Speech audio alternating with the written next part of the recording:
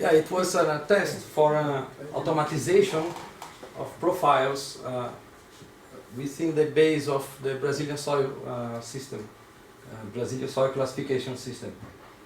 The system is in the 5th version, and there is a English translation that you can access if you want. Next, you could say next today. Yeah, I'll just look to you and maybe point or say. Okay. So our system is have the same idea of soil taxonomy with order, suborder, grid group 2 series, and we in the order we have 13 orders and suborder. Yeah, you can. Next. And the suborder 44, then 192, and subgroup 938 subgroups. But here we will stick on the 3rd level. Next. So this is the source of the data. The data come from Embrapa, that is the Brazilian institution for research in agriculture and soils. Next, please. You can access it's free and open data. These are the soil classes that we have in Brazil. We have 13 classes. Next, please. And argisols and latosols are composing almost 60% of the Brazilian territory. And argisols are soils that have increase of clay, and according to the depth. And latosols are very weathered soils. Next, please. So here you can have an idea of how much argisols and latosols are occupying the Brazilian territory. Next. So to have this numerical idea, there is several steps that we have to come across. So we have to understand very well the classification system, the ideas, the criteria, the diagnostics, and all these approaches. Then to get to play with the numerical approaches. Next, please. Yeah, so it's several steps that we have accomplished to start to play with numerical. As Pavel said, if you just play with the data, it's a simple play data. It's not a fair game, let's say. Next, please. So some of the steps that we perform to develop this data, some cleaning data, fixing typos or mistakes on the database, because it's like 40, 50 years of condensed data, and we have like more or less 9,000 profiles. After correcting the mistakes, we have still some missing data, and we have to interpolate it or predict, or, analyze what was correcting or not, and if it's not possible to fill it, somehow, sometimes it was necessary to remove the profile from the accounting.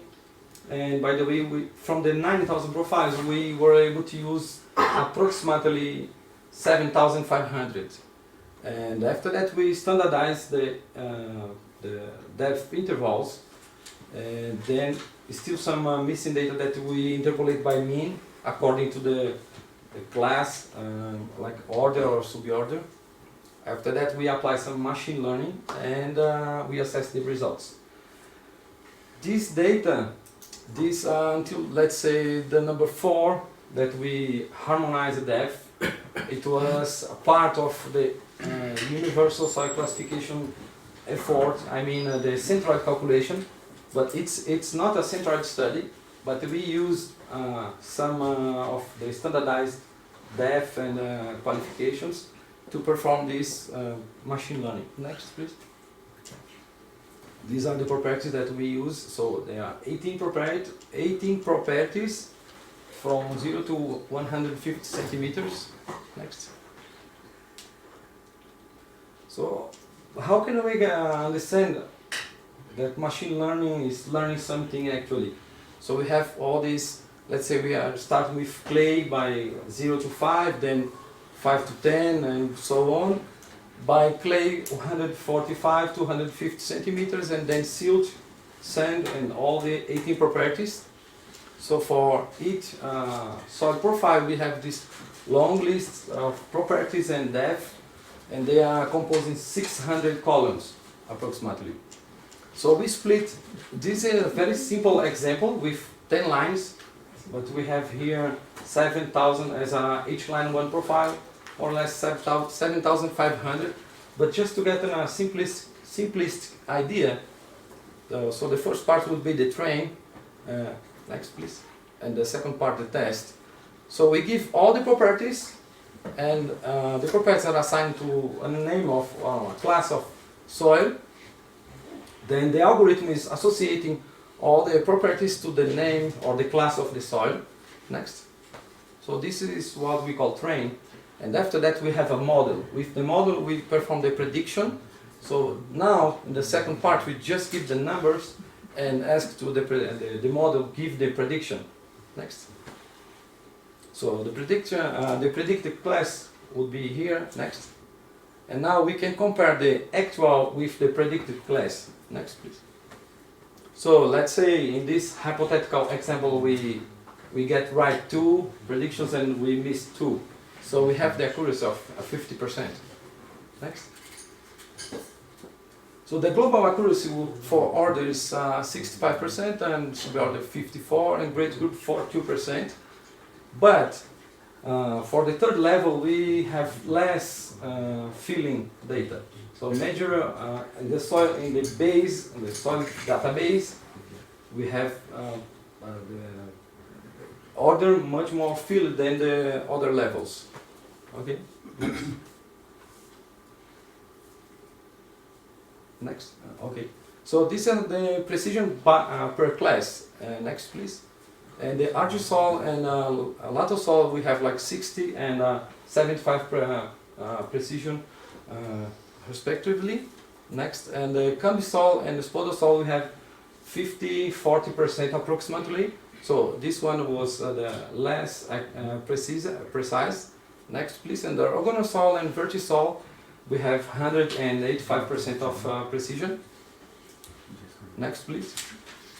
Yeah. So this was an interesting exercise that we can take some numerical data from the lab, input to the system, and depending on the class we get 80% of accuracy, 60 for 40. So that's what the idea. Is it possible to do that? It's a simple exercise. The validation method is very simplest one. We can do cross-validation, improved ones, but so this is just first approximation, kind of, let's say, test. And to summarize that, the soil boundaries are very diffuse, as we have seen in the field. And it's difficult to determine when one class finished and when another one starts. It's a thin layer, a thin barrier that we can achieve. And this numerical approach is, as Pavel said in the morning, is more like an extra tool that can help us to understand these barriers or these limits, then replace something.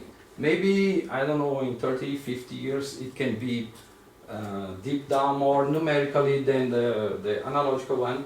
But in my view, it has to continue like this maybe many years, because we humans, we need to touch to better understand. So yeah, it's the same thing that we have a presential class and some video conference. It's not the same. When you are, when you are close, and it's better to comprehend it. And as the solometer that we have in the field, next please. It's a good example that it measuring colors nicely. It can measure in the dark. That is very useful. Very, let's say, modestly accurate or high accurate. It depends on how we see. But if you just go for the device, you lose the sense of darkness and hue. So we need the analytical things to keep our mind sharp. And this automated methods is, as I said before, is giving us a sense of proportion. And if we choose some properties instead of others, we could have better outputs on the accuracy. And as Pavel said, I agree with most of his conclusions. It's not replacing anything, but just helping. And next, please. Further work will be then compare soil classes with an unsupervised classification and see how these classes are similar or dissimilar to better help us to see if our delimitations of classes are getting close to the reality or should be modified. So that's it. Thank you for, next please, attention, and in behalf of all the scholarship of this event, I would like to my deep thankful for all the support that we have. This experience for me, it was my first soil excursion, and it was a deep understanding, and I have seen many different soils that I didn't see in Brazil, so it's a unique experience, and thank you very much for the USSS for this nice support. Thank you very much.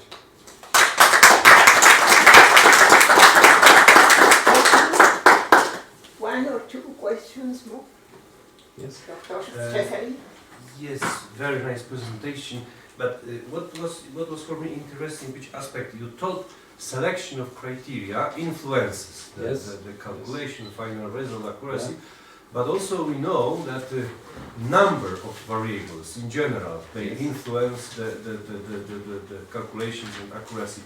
Did you test this situation that, for example, you removed some part of data? For example, as you shown, each texture was shown each 5 centimeters down to 150 centimeters, but we know for classification, for example, the texture below 1 meter is less important. Even it may enlarge the noise due to lithological discontinuities and so on. Did you test such way that some data are simply removed as maybe generating noise, and how it influences the accuracy of? I didn't test, but it's a good proposal, and we keep it in mind for future tests. Okay. Okay. Thanks for the question. Thank you, Yuri. Any more questions? Okay. Well, if you don't have another question, I'm very grateful with these nice presentations. Thank you. And also it gives us a different approach of the soil classification how to have for the next years. Thank you very much. Thank you.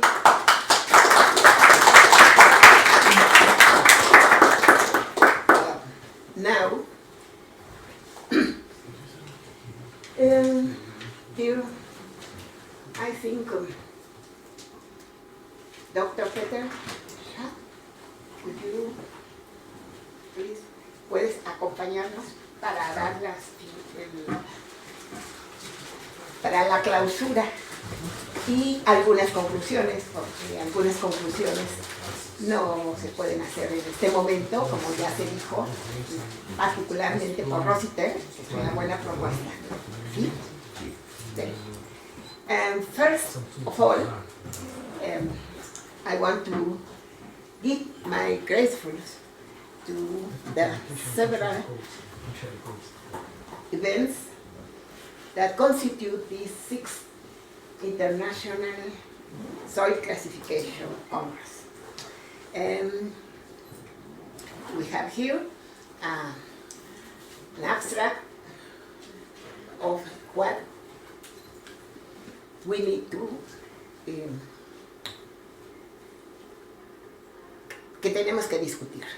Then, in few words, the conference was offered in a hybrid form comprising a total of 5 keynote lectures, 20 oral and virtual presentations, and 12 posters.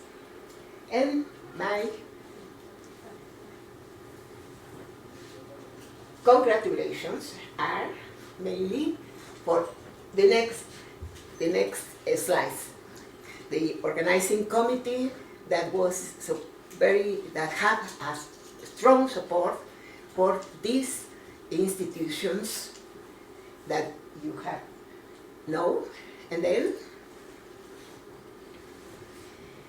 all the main, each of the institutions, the crew was constituted by the students and professors of the postgraduate college of our university and the Faculty of Sciences, and the SIGA, this Research Investigation of Environmental Geography Center, the University of Nuevo, and with a strong support of the INEGI, the Institute of Statistics and Geography, our Institute National of Statistics and Geography, and the crew in the field work. Then the next, please. And the scientific committee, they work a lot in order to review the different abstracts. Carl Starr, Carlos Alberto Ortiz Olorio, María Gerasimova, Lucía Elena Coña dos Años, and by the several committees of the Division 1, Division 1.2, Sergei Koryachkin, Maria Brodnikova, and Elizabeth Sojeiro, for soil genesis and cryosols, Megan Balks, and Curtis Monher for soil classification. And mainly for the WRB committee, Peter Schad, Stefan Mantel, and Corny Van Houston. And after that, also, we have a lot of support of our institution, the UNAM, by the several deans.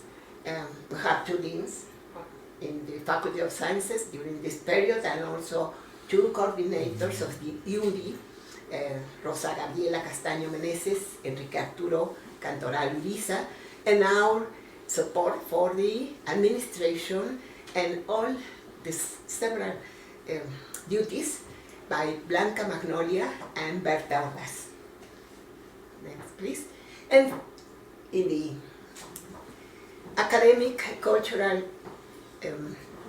area that we have been the last 2 days, Juan Villagran and Antonio Figueroa, that have all the support for the place where we were and for all the infrastructure that we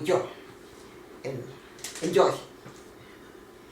And our sponsors, the ISCC,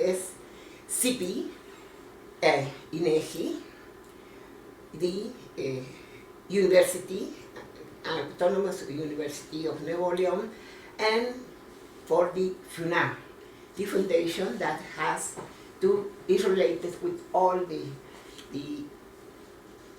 all your Contributions. your Economic your contributions. yes, economic support. Well, thank you very much to all of you, and I give you the word. Yeah, first of all, thank you to you, Norma, and thank you to all the organizers, sponsors, helpers. I know this is a big group of people who all contributed to make these events possible. Despite the pandemic, despite the problem of postponing. So I think we're all happy that it now happened, and that nobody lost patience, neither the organizers nor the participants. We had a very marvelous excursion, saw things that many of us haven't seen before. At least for me, I can say these white environments with the gypsum, this was something new to me. Not the gypsy sauce, of course I knew gypsy sauce, but not to that extent. And then we had here a very fruitful conference, very interesting contributions. I realized in the meantime that there's a YouTube channel where day 1 and day 2 are already present. Day 3 for sure will be present soon. Yes. So if you were sleeping during one of the presentations, You can look it again by in YouTube. Yes, so finally, nothing more than to say thank you, very much thank you for all these efforts, to you, to everybody. I think we will have a great memory on that.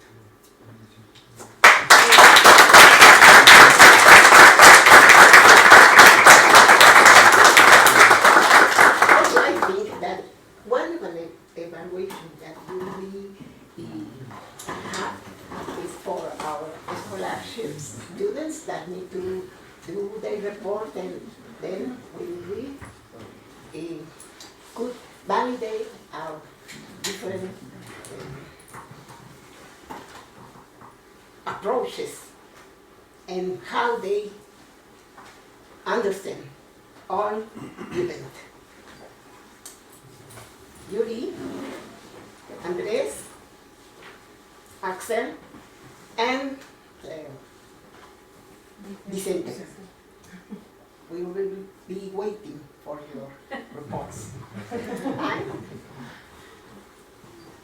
Thank you very much. Thank you.